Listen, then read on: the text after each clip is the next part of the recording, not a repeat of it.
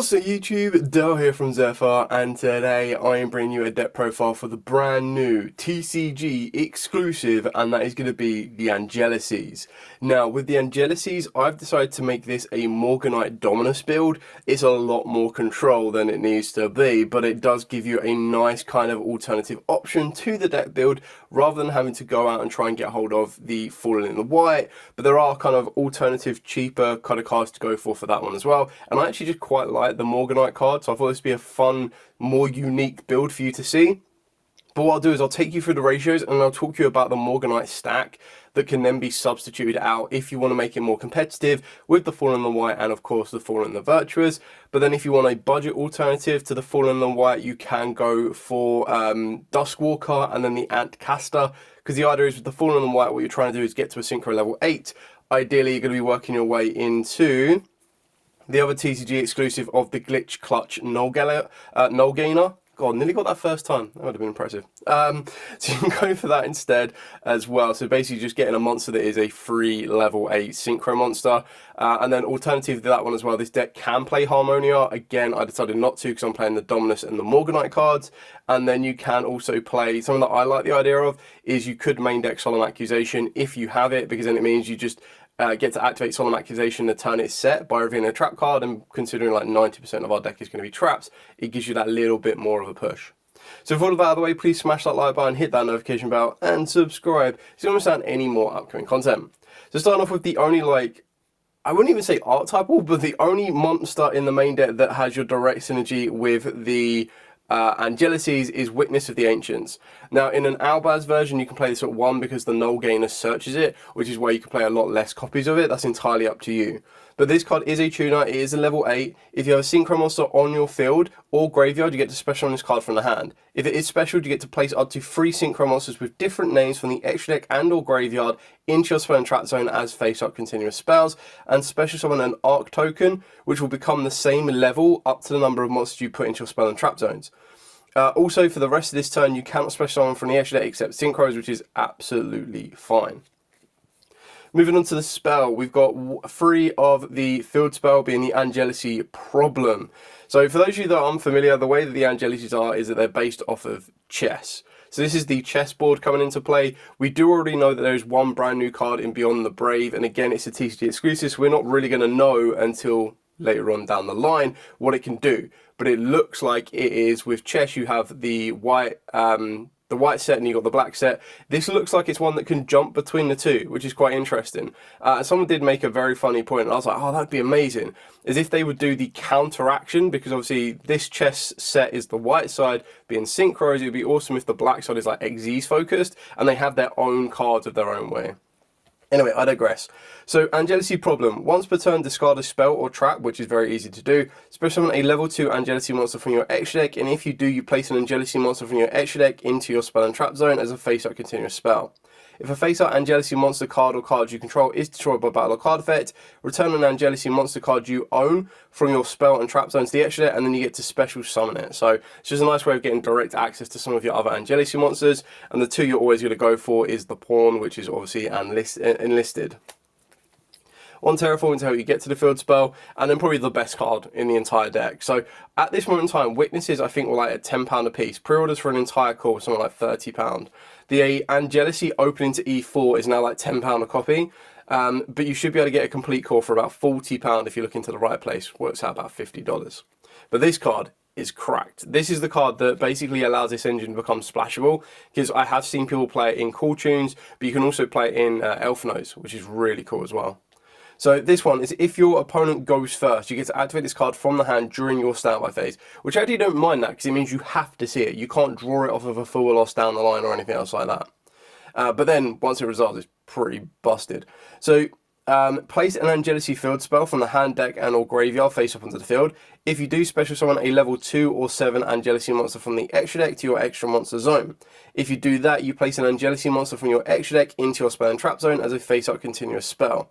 Until the end of the next turn, after this card resolves, you cannot special summon from the extra deck except Synchros, which again is pretty much absolutely fine. So the idea behind this one is that you're always going to put the enlisted into the extra monster zone, and then more times than not, just jumping ahead a little bit, you're going to go for your Bastion, and the Bastion is while it's treated as a continuous spell, other Angelechy cards on the field cannot be destroyed by your opponent's card phase, which is actually quite nice. But then it also has the ability that if it is placed into the spell and trap zone as a continuous spell, you place a Angelechy, is it Shantraga, which is, so this is obviously the rook, and then the Shantraga is the horse. From your action into the spell and trap zone as a face-up continuous, and that obviously gives you access to this guy. And then this guy, it lets you add an Angelechy trap from the deck to the hand. Only uses each effect once per turn, but while it is treated as a continuous spell, your opponent can only attempt to activate up to 5 monster effects per turn. So it actually puts a very, very strong limitation on your opponent. Then we've got the one Angelechy Disturbance. So give control of Angelechy monster you control to your opponent until the end phase. Then if your opponent controls a face-up card or cards in the adjacent monster zone and or a spell or trap card in their zone are negated. Banish it from the graveyard to add an Angelechy spell from the deck to the hand. Spell or trap to be specific, so get your opening. And that's pretty much it for the Angelechy monsters in the main deck. The rest come into the extra deck, because you've got like 4 different Angelechy monsters, which I'll talk about when we get there. For the Morganite cards, as you do not rely on a normal summon, you can afford to max out on your Morgana, the Witch of Eyes. So it's always treated as a Morganite card. When your opponent monster declares an attack, you get to banish a Morganite spell from the grave to negate the attack. Only use each of the following effects once per turn. If it is normal or special, you get to add a Morganite spell from the deck to the hand. And if you have 3 or more Morganite spells with different names in the graveyard and or banishment, you get to change the attack of all face-up monsters your opponent controls to 0. Now, the one that the Morganite spell that's going to be the best in this one, in my opinion, is the Succumbing Song Morganite.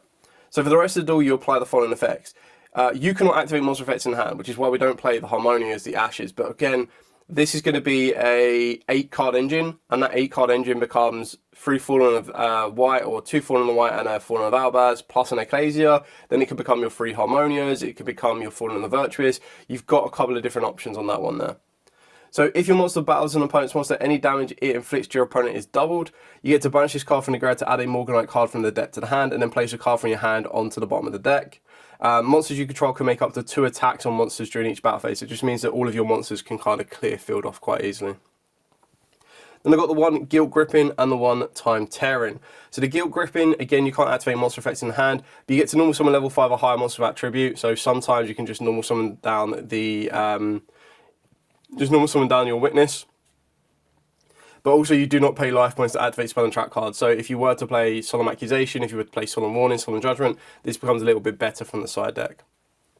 Time Tearing lets you draw 2 cards instead of 1 for your normal draw phase, and you get to conduct 2 normal summons or sets per turn, not just 1. Banish it from the graveyard to then discard a Time Tearing Morganite. Your opponent cannot activate monster effects when you normal summon this turn. So this one, you let you banish it to then reveal a Morganite card in the hand, place it on the bottom of the deck, and then draw a card. You can play more of these if you want to. Honestly, I don't think you needed to. It's just something that kind of, this is the best one for you. And it's just an option. You don't have to play this. Like I said, this is an 8-card engine. You take that out. That then becomes the more competitive step-ups. If you're on a bit more of a tighter budget, again, that's where your caster comes into, Duskwalker, and then the Ant Caster comes into play. So it is a level 5 that lets you discard a card to special summon itself from the hand, and then you special summon the Ant Caster from the deck, and then the Ant Caster is a level 3 tuner, so you sync those 2 together. That's your Synchro 8. Then we've got 3 Pot of Desires, because you are playing multiples of everything. And then for the Dominators, the Dominus cards, 3 songs. So if you have no monsters in your graveyard, you get to activate it from the hand. When your opponent activates a monster effect on the field, negate the effect. Then if you have a trap card in your graveyard, you get to add a Dominus card from the deck to the hand. If you activate this card from the hand, you cannot activate the effects of monsters in the hand, grave, and banishment until the end of the next turn, which is, again, absolutely fine, because mainly you just want your continuous spell monsters. We've got 3 Purges, and the only one you don't want to activate from the hand is going to be your Dominus Impulse, because this will lock you out of light effects, which sometimes you do need, as that's what your synchros are going to be. So try where at all possible to have this card set. Everything else can be used from the hand. Then we've got 3 Dominus Sparks, and I know this is the other expensive card that might make it a little bit tricky for you to complete. So again, if you're going down the route of if you want this as budget as you possibly can be, then you play the Ant Caster. That's your 4 cards there, and then you'd probably still keep the Morganite, to be totally honest with you, because the Ant Caster doesn't use up a normal summon or anything, so it still gives you direct access to the level 8 synchros, so that's where you can take out your Dominus Sparks. And then the final card is 3 Infinite Impermanence, because remember, the Light and Darkness deck can only be affected by cards that target, and this is one of the ways to do that. The final card is 3 Superpolymerization. You don't have to play this. Again, I think Fallen the Virtuous might be a little bit better for that one because obviously the lock, you put yourself under the Angelechy. But the idea is that with your Angelechy, you would activate the Angelechy opening move to E4. You'd get your lock in place, so your opponent's limited to 5 monster effects. Usually at that point, it means their end field is going to be a lot weaker. Then it comes back to your turn, you start to pick it off of your Angelechy monsters, you set the super polymerization, and then you activate it during your opponent's turn as they try to rebuild under already a consistent 5 monster effect lock. So once they get to a point where it's like, right, okay, cool, it looks like you're about to out my lock, or it looks like it's about to become damaging, you activate super polymerization and just clear off you go. But again, you've got complete creative freedom on this one. You can play a lot of different cards in those final 3 slots. It really is up to you. Like, free Full Loss is definitely an option for you. But the thing with Full Loss is that you'd have to activate your Full Loss during draw phase if you open up the Angelechy opening to E4. So you'd have to go Full and in draw phase, and then standby phase, whack out the E4. So then for the extra deck, we're on 3 Angelechy Enlisted. So this is a level 2 Tuner Fairy. This is one you're actually going to summon onto the field more times than not, but lets you target one of your opponent's monsters in this card's adjacent column, banish it, then change control of this card by moving it to one of your opponent's main monster zones into this card's adjacent column. If the control of this face-up card changes, you return this card to the extra deck, then the owner of this card specializes an Angelechy monster from their extra deck. Owns each effect once per turn, so obviously the idea is you clear off one of your opponent's monsters, you give them the Enlisted goes back and then gets you another Angelechy monster. The boss monster of the Angelechy, Shantrangar. I believe this is the queen or the king. I think it's the king, because I think the one that we get in the next set is the queen. So you get to target one monster your opponent controls, banish it. If this card is placed into the spell and trap zone as a continuous spell, you get to add an Angelechy trap from the deck or grave to your hand. Owns each of the effects once per turn. And then while this card is treated as a continuous spell, your opponent can only attempt to activate up to 5 monster effects per turn, which is so restricting, it's crazy. Then we've got 2 Bastion. Target one other card in this card's column and banish it. If this card is placed into the spell and trap zone as a continuous spell, you place an Angelechy Shantrangar from your extra deck into your spell and trap zone as a face-up continuous spell. Owns each of the preceding effects once per turn, and while it's treated as a continuous spell, other Angelechy cards on the field cannot be destroyed by your opponent's card effects, so quite protective. And then we've got the Drasteria. So this is obviously the Knight. Target one monster in another column, banish it. If this card is placed in the spell and trap zone and continuous spell, you add an Angelechy spell from the deck to the hand. Owns each effect once per turn. And then while this card is treated as a continuous spell, each time your opponent activates a card or effect, inflict 500 damage to your opponent when it resolves. Then the other Glitch Clutch Null Gainer. If it's synchroed, you get to add a level 8 or higher monster with 0 attack, so the Witness, from the deck to your hand. Target a monster you control with 0 attack in your graveyard and special summon it, then negate its effects. Also, it cannot be used as material for a Fusion, Synchro, Xyz, or Link. Owns each effect once per turn. And then finally, just some generic, you've got the Virtual World Shen. The idea is that you make this off of Witness plus only putting one monster into your spell and trap zone, and this just kind of gives you that continuous, any card sent to the grave is banished instead. And then for our super poly targets, we've got the one Yugioh the Confounded. It's optional, you really don't need to play this, it's just a super poly target. It could become what would probably be better, depending on the format we go into, is you can use Saint Azamina, or you can use Drax Depelia, so loads of different options, that one.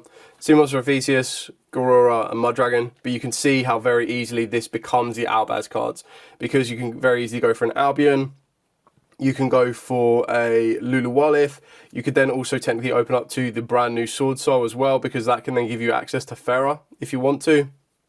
Like, I feel that that card, and let me just try and find it to one side somewhere, but I feel that that card is going to become a big, big issue because it can search out some of the floodgates in the TCG.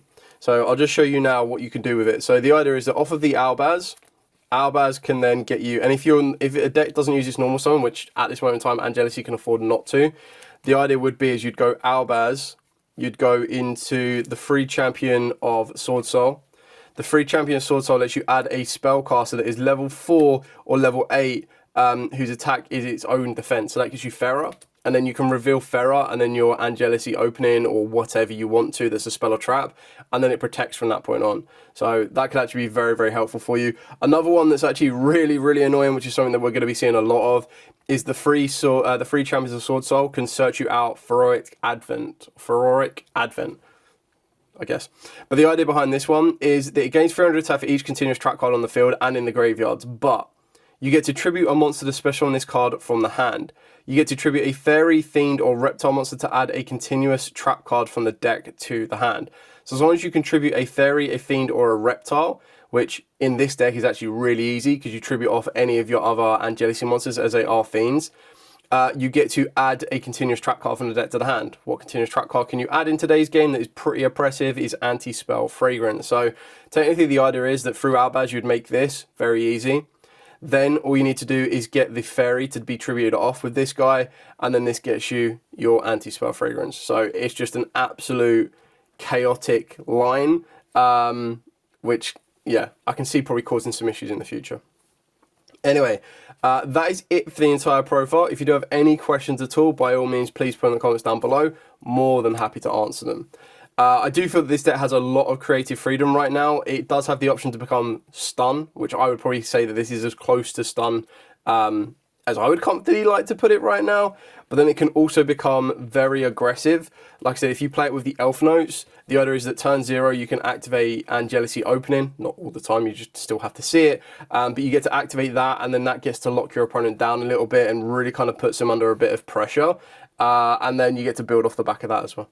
Anyway, thank you so much for watching. If you do have any questions, by all means, please put in the comments down below. I'll be more than happy to answer them. For now, as absolutely always, stay safe, and of course, happy dueling.